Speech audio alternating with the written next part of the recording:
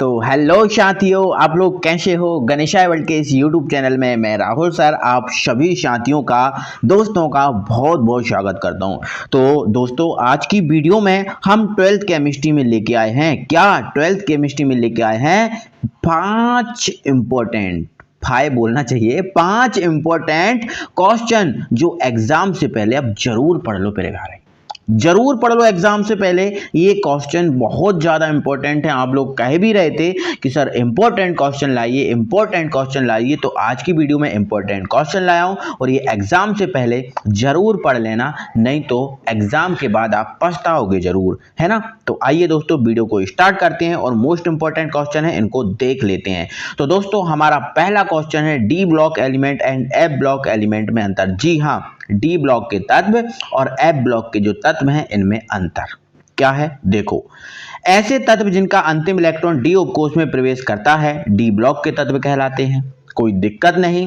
ऐसे तत्व जिनका अंतिम इलेक्ट्रॉन एफ उपकोष में प्रवेश करता है एफ ब्लॉक के तत्व कहलाते हैं। प्यारे भाई, कोई दिक्कत ही नहीं यार, ठीक है, मजा आ गया। इन्हें संक्रमण तत्व कहते हैं, इन्हें अंतर संक्रमण तत्व कहते हैं। दूसरा पॉइंट कवर। डी ब्लॉक के तत्वों को 4 श्रेणियों में बांटा गया, बिल्कुल बांटा गया। आपने अगर पेरियोडिक टेबल झांकी है तो आप देख लो, डी ब्लॉक के तत्वों को 4 श्रेणियों में बांटा है और एफ ब्लॉक के तत्वों को आवर्त सारणी से सबसे नीचे रखा है 2 श्रेणियों में, एक लेंथेनाइड और एक एक्टिनाइड। समझ में आपको आया? ठीक है। फोर्थ पॉइंट, ये प्रकृति में आसानी से उपलब्ध है और ये प्रकृति में आसानी से उपलब्ध नहीं है। हमारा 4 पॉइंट कवर हो गए। 5वां पॉइंट है, इनके 2 कोष n और n-1 अपूर्ण होते हैं और इनके 3 कोष n, n-1, n-2 अपूर्ण होते हैं। कितने अंतर हो गए? 5।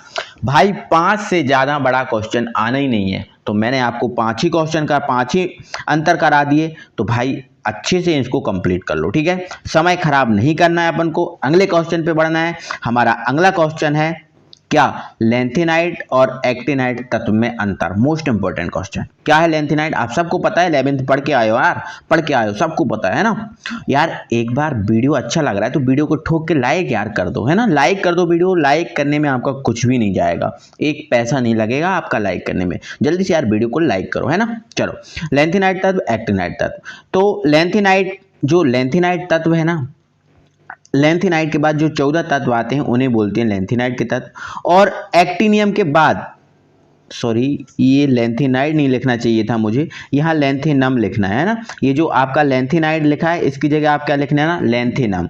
लेंथेनम के बाद आने वाले 14 तत्वों को लेंथेनाइड के तत्व और यहाँ एक्टिनियम के बाद आने वाले 14 तत्वों को एक्टिनाइड के तत्व।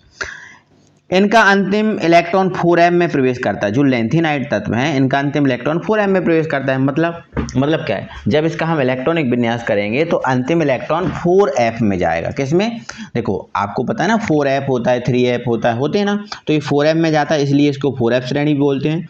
इनका अंतिम इलेक्ट्रॉन 5f में जाता है, इसलिए इसको 5f श्रेणी बोलते हैं, ठीक है।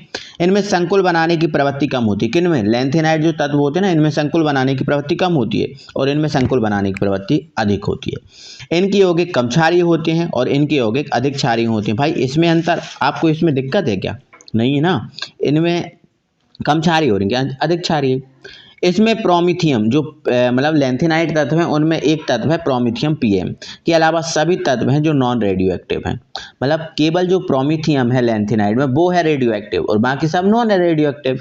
लेकिन जो एक्टिनाइड श्रेणी में सभी तत्व क्या है? Radio active. सभी तत्व क्या है? Radio active. रेडियो एक्टिव मतलब रेडियो किरणों से बनाए गए। समझ में आपको है? 2 अंतर आपके होते हैं। खत्म, बिल्कुल स्पीड के साथ, फुल मतलब एक हाई स्पीड ट्रेन के साथ आपके ये कंप्लीट होते हैं। जैसे ट्रेन एक बहुत स्पीड से चलती है तो इसी स्पीड से हमने इनको कंप्लीट कर लिया, ठीक है। अभी तक लाइक नहीं किया तो लाइक कर दो, है ना। अगले अंतर पे पहुंचते हैं। हमें बस 5 क्वेश्चन करना है और ये बहुत इंपॉर्टेंट क्वेश्चन है। आइए अगले क्वेश्चन पे बढ़ते हैं। अगला क्वेश्चन है धनात्मक विचलन एवं ऋणात्मक विचलन में अंतर। यह क्वेश्चन ऐसा आता है, धनात्मक अनादर्श विलयन और ऋणात्मक अनादर्श विलयन में अंतर।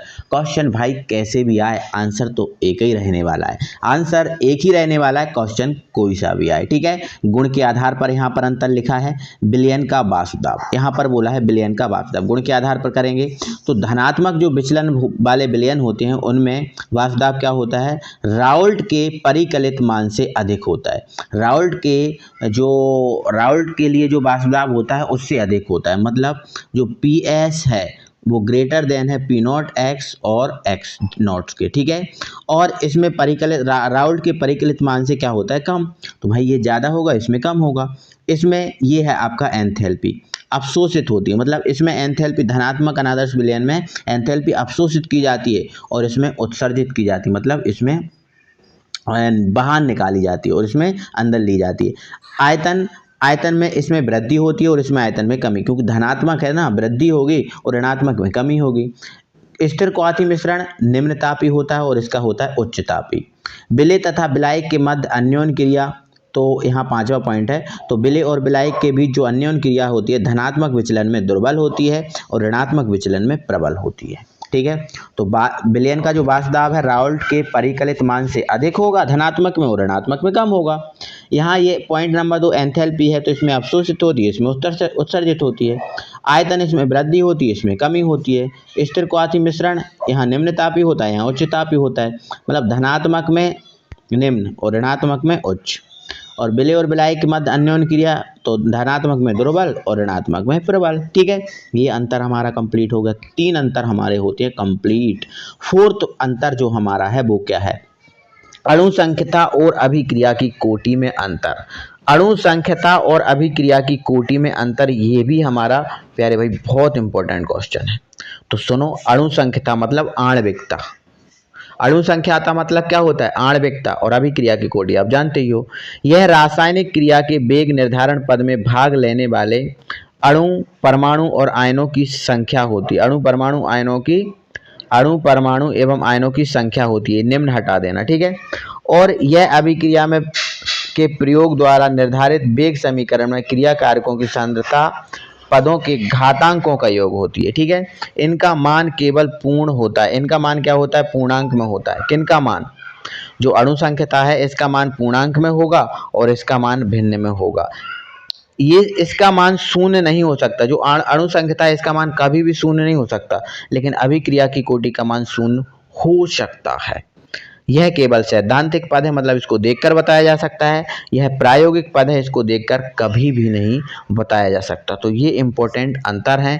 4था अंतर हमारा होता है कंप्लीट, और 5वां अंतर हमारा आ गया है अभिक्रिया की दर एवं वेग स्थिरांक में अंतर। तो अभिक्रिया की दर और वेग स्थिरांक में अंतर पे पहुंच गए हम, और ये पहला हमारा पॉइंट है अभिक्रिया की दर के लिए। इकाई समय अंतराल में अभिकारक या उत्पाद के सांद्रण में होने वाले परिवर्तन को अभिक्रिया की दर कहते हैं, और यहाँ पर इकाई सांद्रता के साथ संपन्न होने वाली अभिक्रिया की दर को वेग स्थिरांक कहते हैं। यह अभिकारक की सांद्रता पर निर्भर करती है और यह अभिकारक की सांद्रता पर निर्भर नहीं करती भाई। और अगला पॉइंट है इनकी इकाई मोल लीटर इनवर्स, ये लिखा है mole litre inverse second inverse, ये सेकंड इनवर्स लिखा है, mole litre inverse second inverse होती है। और वेग स्थिरांक का मात्रक निश्चित नहीं है, आप ऐसा लिखना, वेग स्थिरांक का मात्रक निश्चित नहीं, ये वाला पॉइंट ऐसे लिखना आप, वेग स्थिरांक का मात्रक निश्चित नहीं, ऐसा लिख लोगे, ठीक है। आगे बढ़ो, अगला हमारा 5 पॉइंट है, 4th पॉइंट है, इसको थोड़ा ऊपर कर ले, 1 सेकंड, इसको ऊपर कर लेते हैं, ठीक है, चलो हो गया है। इसे dx/dt से व्यक्त करते हैं और इसे k से व्यक्त करते हैं, सभी आपको पता होंगे। आप क्वेश्चन देख लो और आंसर मैं उनके लिए बता दिया जिनको ये पता नहीं, ठीक है। जिनको पता है कोई दिक्कत नहीं है, अपने नोट्स में जो लिखा है उससे आप तैयार करें, ठीक है मेरे भाई। लास्ट क्वेश्चन और है, ये छठवाई है, मान लो आप छठवाई है, अंतर 5 का बोला था बट 6 ले आया हूँ मैं, कोई दिक्कत नहीं। मुझे मेरे भाई ये इंपॉर्टेंट लग रहा था और ये एग्ज़ाम में आपके नज़दीक हैं, तो एग्ज़ाम में आने के लिए ऐसा है कि ये आ सकता है, इसलिए मैं इम्पोर्टेंट था इसलिए लेके आया। द्विक लवण और संकुल लवण में अंतर, तो वे आणविक यौगिक जो केवल ठोस अवस्था में स्थायी होते हैं और तथा जल में घोलने पर अपने आयनों में विभक्त हो जाते हैं, द्विक लवण। मतलब वे लवण जो ठोस अवस्था में तो स्थायी होंगे लेकिन जल में घोलेंगे तो अपने आयनों में टूट जाएंगे, उन्हें हम बोलेंगे द्विक लवण। और वे आणविक यौगिक जो ठोस एवं विलयन दोनों भी अवस्था में स्थायी होंगे, उन्हें हम बोलेंगे संकुल लवण। द्विक लवण सभी आयनों का परीक्षण देते हैं लेकिन संकुल यौगिक सभी आयनों का परीक्षण नहीं देते। जो द्विक लवण है, देखो वियोजन हो जाता ना इनका, अब वियोजन हो जाता तो सभी आयनों का परीक्षण देंगे, और इनका वियोजन नहीं होगा तो भाई सभी आयनों का परीक्षण कैसे देंगे, नहीं देंगे ना, ठीक है। इनमें आयनिक बंध होता है और इनमें आयनिक और सहसंयोजी बंध दोनों होते हैं। तो भाई आप 3 अंतर कर लो, क्योंकि जिस यूनिट का ये क्वेश्चन है उपसहसंयोजी रसायन का, उसमें से 2 नंबर का क्वेश्चन आना और हमने यहाँ 3 अंतर कर लिए, तो भाई ये इम्पोर्टेंट है, ठीक है। तो ये अंतर आपने अगर कर लिए तो मैं गारंटी से कह रहा हूँ मेरे भाई, इनमें से आपके 2 क्वेश्चन आ जाएंगे एग्जाम में, कोई दिक्कत नहीं, बिना झंझट के फ्री के नंबर आपको मिल जाएंगे, ठीक है। तो इतना कोई बड़ा नहीं है ये अंतर याद करना, बहुत आसान है ना, इतने बड़े नहीं है, कोई इतनी लेंदी नहीं है, इतनी कोई कठिन लैंग्वेज नहीं है, आराम से कर सकते हो यार। इतना नहीं कर पाओगे तो फिर मतलब क्या रहेगा यार, है ना। चलो तो भाई अभी तक नहीं किया ना लाइक, जिनने नहीं किया लाइक, भाई अब मैं क्या कहूँ यार, क्या ही कहूँ तुमसे, है ना। चलो मैं कुछ नहीं कर रहा हूँ, आप तो चुपचाप से वीडियो को लाइक कर दो, शेयर कर दो अपने फ्रेंड सर्कल में, ठीक है। मिलते हैं अगली वीडियो में, तब तक के लिए थैंक यू।